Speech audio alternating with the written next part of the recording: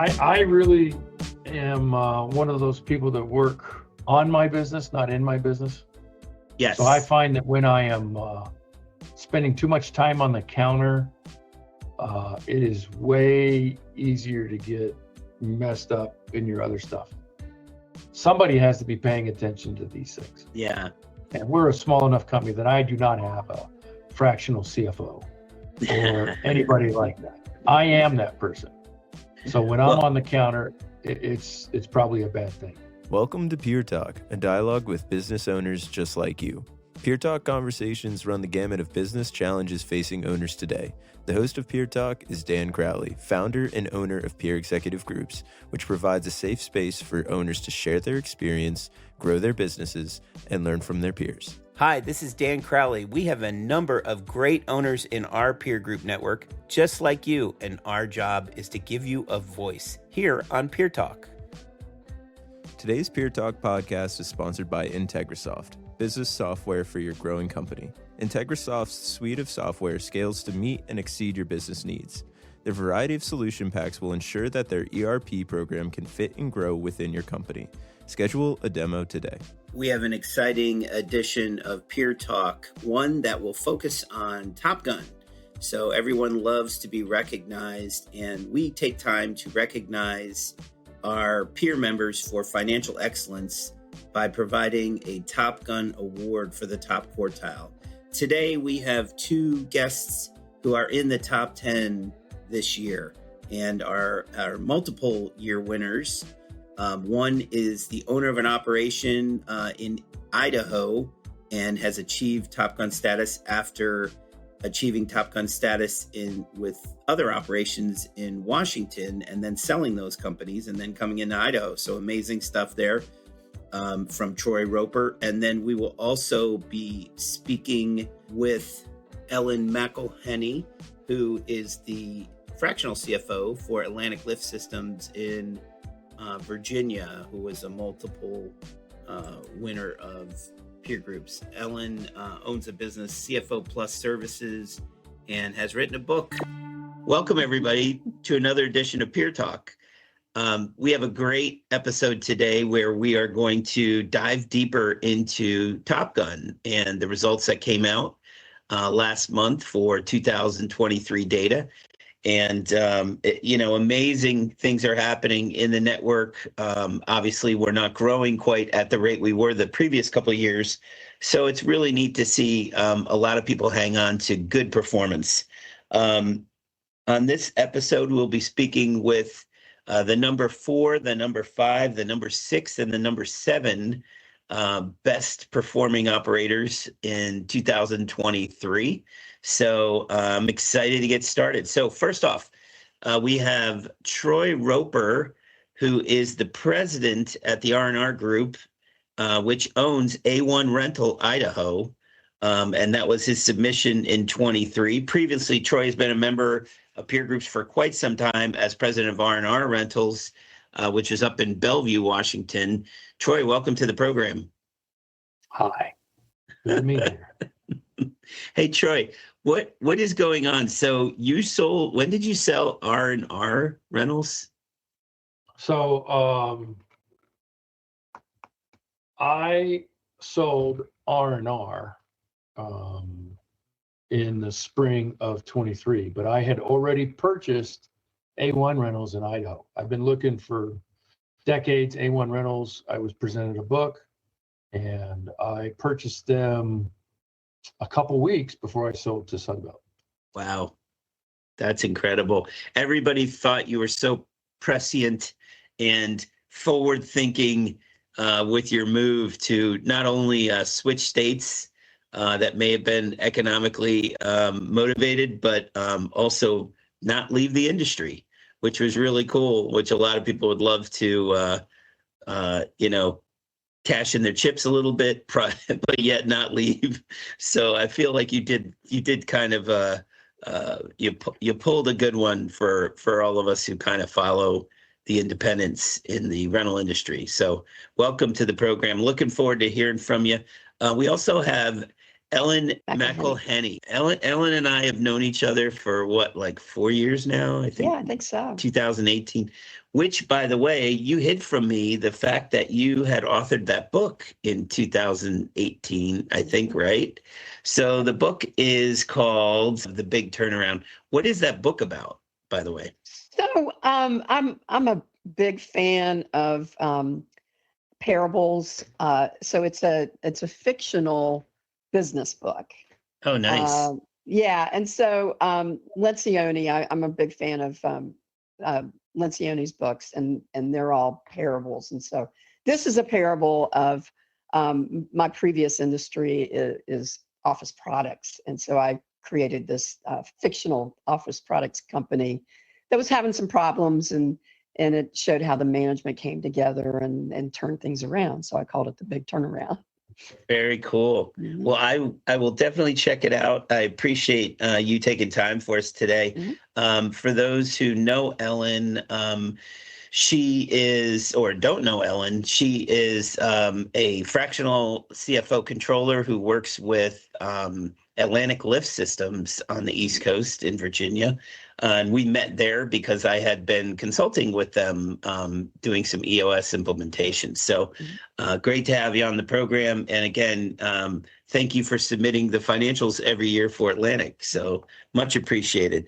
Okay, so let's get started with a couple questions.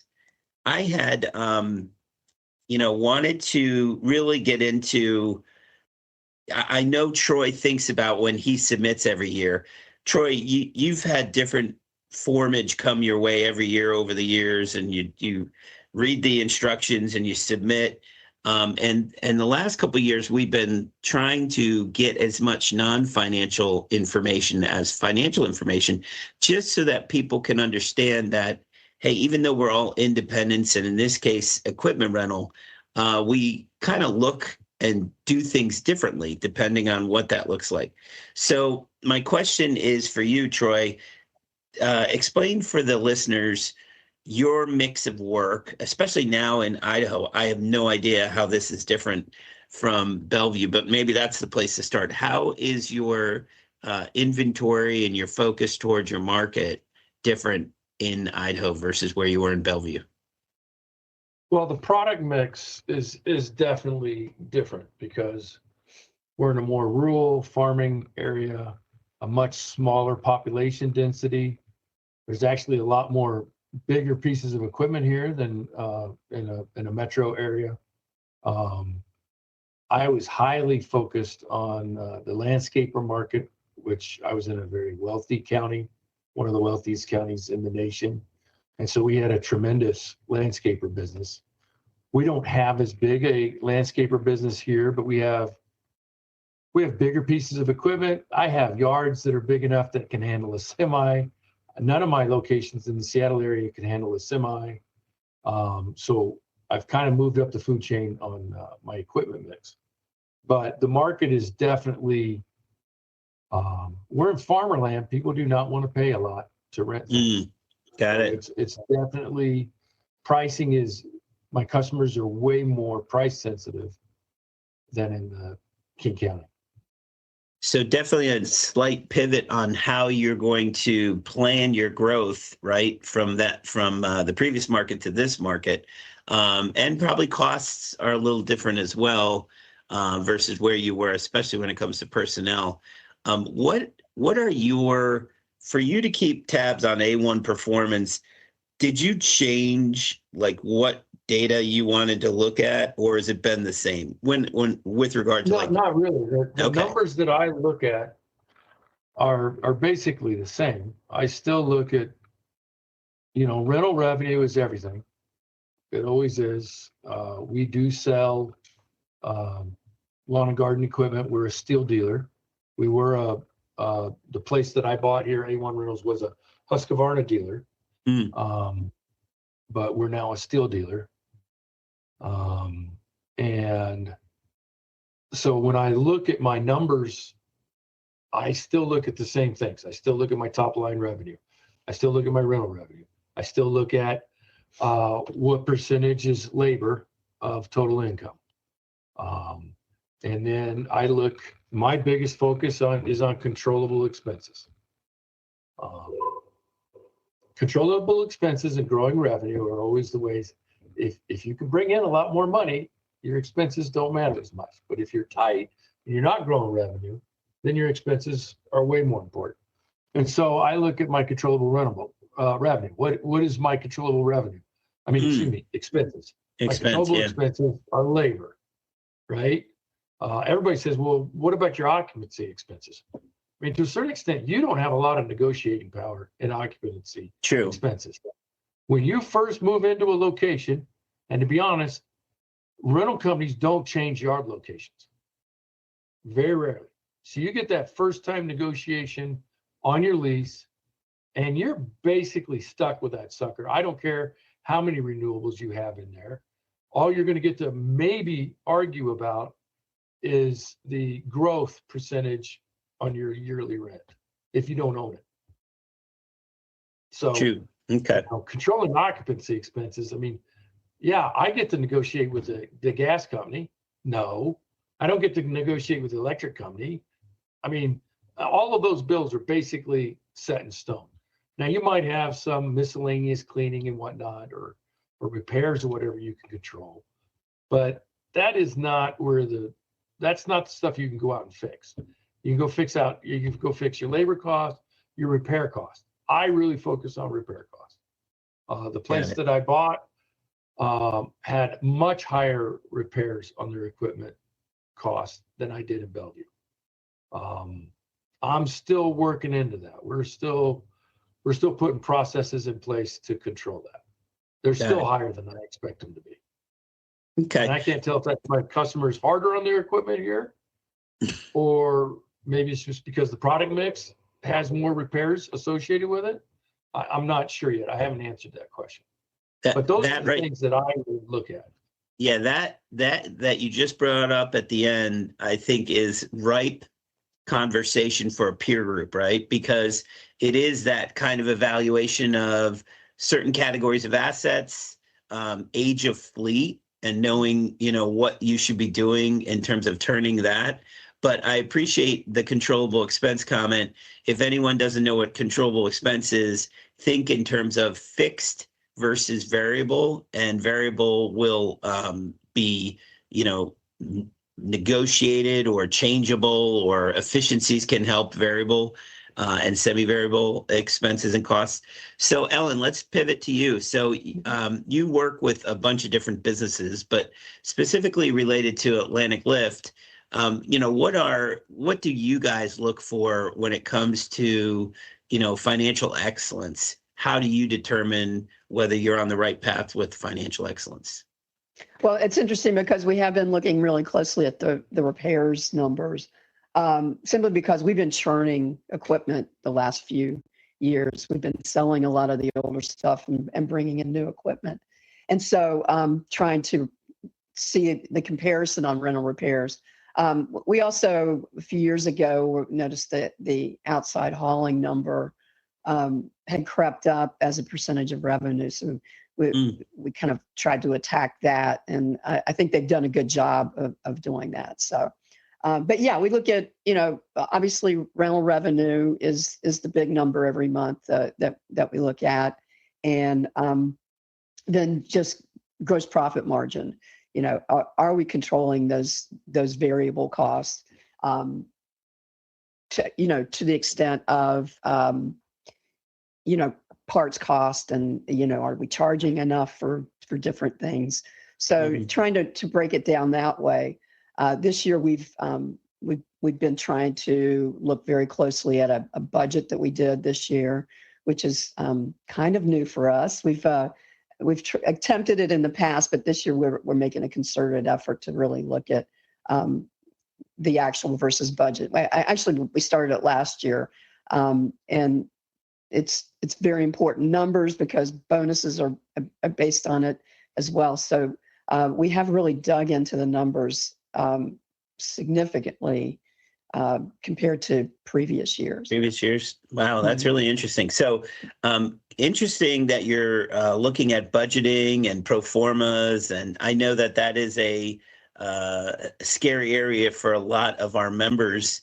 Real quickly, I'm going to hit the pause button and kind of give you a little bit of a synopsis on what did come from, because I know our listeners want to hear about Top Gun data. So one of the things that identifies Top Gun versus non-Top Gun is the middle person of all the submissions. Their EBITDA typically comes out somewhere between 26 and 28%, which is very low compared to where it had been. And I would attribute that in most cases to the cost of labor and how that's changed and impacted our businesses. But I will tell you that the Top Gun submissions are still up in that higher range. We're showing a median of Top Gun, which is the top quartile, of 39% EBITDA, and the average is 40% EBITDA. So we do have some amazingly productive, profitable businesses inside the peer group network. Now, these, people will say, well, what kind of businesses are these? They average almost 10 million. And the median of the Top Gun, which again, if we had 100 submissions, there's 25, which I think is about right for equipment rental. The median person, the one in the middle, is doing about 5.3 million. So, you guys are right in the thick of things. Again, right, you're both in the top 10% in terms of performers inside of, or the top 10 count of performers inside of it. And so let's look into that a little bit. So I have a theory on how someone can get into Top Gun, because a lot of it is, like looking at controllable expenses, but it also is what business are you in the business of? So in both your cases, why don't you describe your biggest category? So we'll start with you, Ellen. Atlantic Lift seems obvious to me. What is it that you guys rent? Heavy equipment. Yeah. Yeah. And it's lifts, right? So Yeah. it's Well, yes. so you're getting the lifts out. Lifts have a tendency to have long contracts and have a tendency possibly to be big contracts. So because of that, probably a little less employee interaction. In your case with A1, Troy, tell us a little bit about your categories. Well, we're much more of a general rental equipment place. We still have way more touches than the lift company.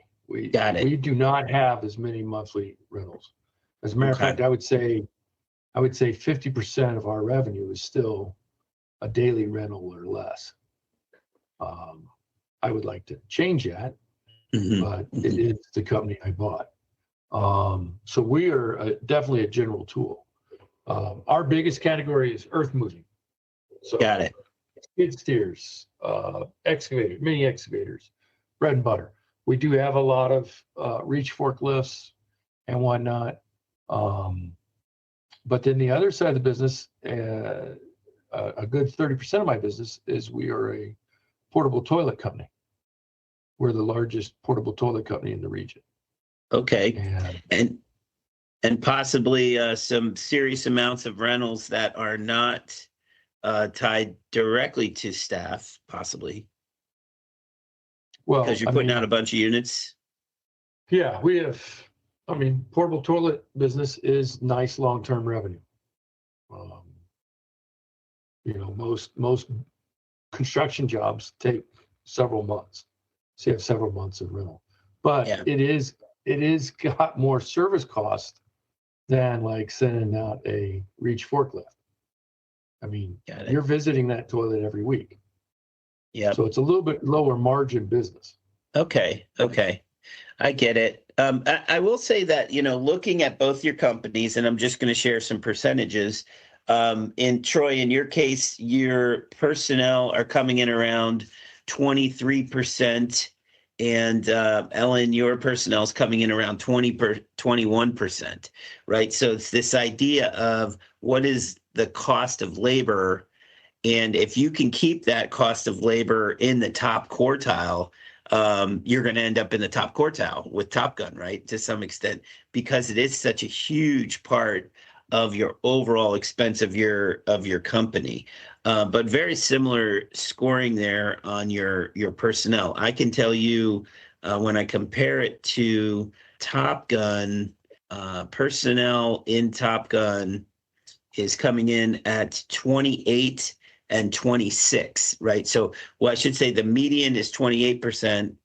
The average is 26, and both those data percentages of revenue are significantly down from our general submissions. So maybe as much as 10%. So when you consider that you're at 23 and 21, that's pretty darn good. That's one of the reasons why you're in the top 10 overall.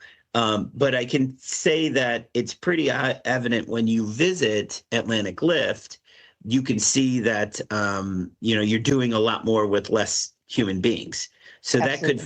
that could factor in, to some extent. But yeah, you're a bit of an anomaly, Troy, but that's great. That means you're really focused on expense management, which is outstanding. Speaking of expenses, I just want to hear from both of you. One of the things we ask our members is at what level do you expense your assets? Because if you expense your assets at $7,500, that means a lot of your assets are being breaking it at 75 and it becomes capitalized. That means a lot of your expenses are showing up in your cost of rental, right? Because it's an expensed rental asset. What level do you guys do yours? And if you don't know, I can help you. So let me know. Let's start with Ellen. Do you know what level they expense their rental assets when they buy one? Well, it's above 2,500, I believe. Correct. But I mean, what we buy is just way over. It's going to be big, yeah. And so it's easy. You don't have a lot of rental expenses or costs, right, I should say, right, related to the physical inventory, and that makes a difference in the reporting. I don't know that it puts more cash flow in your pocket, but what it does do is it makes a difference in how you are evaluating your performance, right? Because if your number is 1,500, you're gonna be capitalizing quite a bit. Do you know what yours is offhand, Troy? Mine's 1,500. 1,500, bingo, right? So there you go. So the idea is anything over 1,500. It used to be 1,000. Yeah, and anything over 1,500, you're capitalizing it. If it's not 1,500 or less, you're expensing it. And what I try to have a conversation with the managers or owners and their bookkeepers is, you can have your cake and eat it too. You can keep a list of inventory you purchase and, like Troy does, capitalize it at a very low level, 1,500.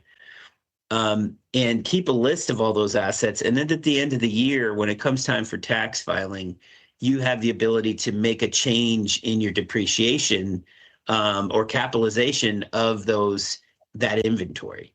So I'm always careful to tell people like, hey, just because your accountant does it doesn't mean you have to take their journal entry and put it back into your QuickBooks, right? Because you could say, well, why am I underperforming? And also when it comes time to sell your business, you're certainly going to have a story you're going to have to share with that buyer because you've been expensing a lot of expensive rental assets, right? That could be capitalized. So anyway, I want to make sure we got that out there for the crew that are listening in on this. So tell us about, other than that, what other things do you look to do? Do either of you look at cash flow statements? We'll start with Troy. Do you look at cash flow statements? Rarely. I have done it. I mean, Mm-hmm. I have read them. I probably don't look at it more than a quarter. And it's usually if for some reason the checking account has less cash in it than I thought it should. Got it. I try to figure out what I did with my cash. Mm-hmm. And it's usually because I ended up buying more rental assets than I'd planned for or expected. That's usually the answer every time I've done it. Okay. I mean, I'm looking at my financials, like if you wouldn't not like from accrual, but just like looking at what's in the checking account almost daily. Yeah. I mean, we have a couple Troys in the network. I can point them out. Most of them are in Top Gun, so I will say there's some benefit to studying it. How about Ellen? How about you? How do you guys look at it? Do you meet with management once a month to go over financials, or once a quarter? It's once a month, yeah. Once a month. We Okay. have a pretty tight close, so but we're always looking at cash. I mean, that's been since I started working with them, I guess 5 or 6 years ago. That's always been the focus because it's such a capital intensive industry. You really, because of all the financing and the loan payments, you have to be on top of the balance sheet. You can't just look at the P&L and say, "Oh, I made $2.5 million." Well, you also have a lot on the balance sheet you have to keep in. So a cash flow statement is very important because it does take elements from both the P&L and the balance sheet. So you just made a statement earlier. You said we have a pretty tight close. So unpack that for our listeners. What's a pretty tight close look like? I try to get our members to consider monthly closing of the books. So explain what that is. So if the books aren't closed by the 10th, there are people knocking on my door. So we do, we make sure all the billing gets done the first couple of days, and then it kind of comes back into the accounting department. We make our entries and make sure we've checked all the accounts. So by the 10th, we can have a sort of a management meeting to go over actual versus budget, and that's where our management concern is how are we doing against the budget, and where did we go wrong when we came up with this budget? So those are the things we're looking at. Got it. Excellent. Well, that's great. And Troy, last question for you related to review. Do you review financials with other individuals in your company? I know you did back in Bellevue, but I didn't know if you absolutely. do. I probably overshare with my employees. Oh, okay. I probably overshare. So we have an L10 meeting every week with the branch managers, and we go over all of our metrics, and on that is definitely where the revenue's at. And we haven't added it yet, but we are going to add, the next thing we're going to add is rental revenue to hours paid. Gotcha. So that's going to be a weekly metric that we're going to start putting up and showing, because that, if you go look at my numbers, what do I really stand out on? I had $121 of rental revenue per employee hour paid, and that's for a general rental store. Yeah. Compared to my Bellevue rental store, that's almost $40 higher than what I used to be. That's great. So that is one of the things that I look at. And we do look at, I don't look at a cash flow statement, but I definitely look at what's in the bank almost daily, just like what Ellen was saying. That's excellent. Because I'm highly leveraged. Well, I can say that, and that's going to happen, right? When you either take over a new business, buy a new business, or you need to get the fleet up to date, right? You're going to take on a lot more debt. So we do have, our summary sheets for peer groups on rental revenue per employee hour paid and per employee hour worked. And we do like for our members to use that as a key indicator. So that's really cool that you're doing that. And obviously, especially as things change, if you could move that up, it's going to bring a little bit more comfort, right? And if your labor cost as a percentage of sales is down and your rental revenue per employee hour worked is up, then you have nowhere to go but up on your EBITDA. And I would be, not be pushing it to say that you're both of you, the way that you're managing personnel is the part of the reason you're on this list, right? You're doing a great job with that. So we appreciate you both being here. Thank you so much for your time. And trophies are in the mail. I swear they're coming. Some of you have 2 trophies coming this year because the trophies last year never made it out. So we got to get out 2 trophies this year. But any last words for our members? I love the focus on controllable expenses. Good lesson there from Troy. Troy, anything else? I don't know. I really am one of those people that work. What's the phrase I'm trying to say? I work on my business, not in my business. Yes. So I find that when I am spending too much time on the counter, it is way easier to get messed up in your other stuff. Somebody has to be paying attention to these things. Yeah. And we're a small enough company that I do not have a fractional CFO or anybody like that. I am that person. So when I'm on the counter, it's probably a bad thing. And again, I will actually speak for you and say that if you delight in the numbers, you're probably going to win, right? So, and Troy is one of those guys who delights in the numbers. He loves to pull everything apart, right? So it's great. That's great. And then also, Ellen, how about you? Any last words? I know, just you being part of a team and Alan's reliance on outside expertise, I give him huge kudos for that, right? Yeah, I think the thing that really impresses me about Atlantic Lift is their use of their assets of people, and they do that. And we're constantly trying to look at processes to streamline and implementing a new ERP right now, and that's the thing that we're concentrating on and is making sure our processes are in place. And that's how you get the good rental per employee hour numbers, by implementing good processes. And that's what EOS is all about too.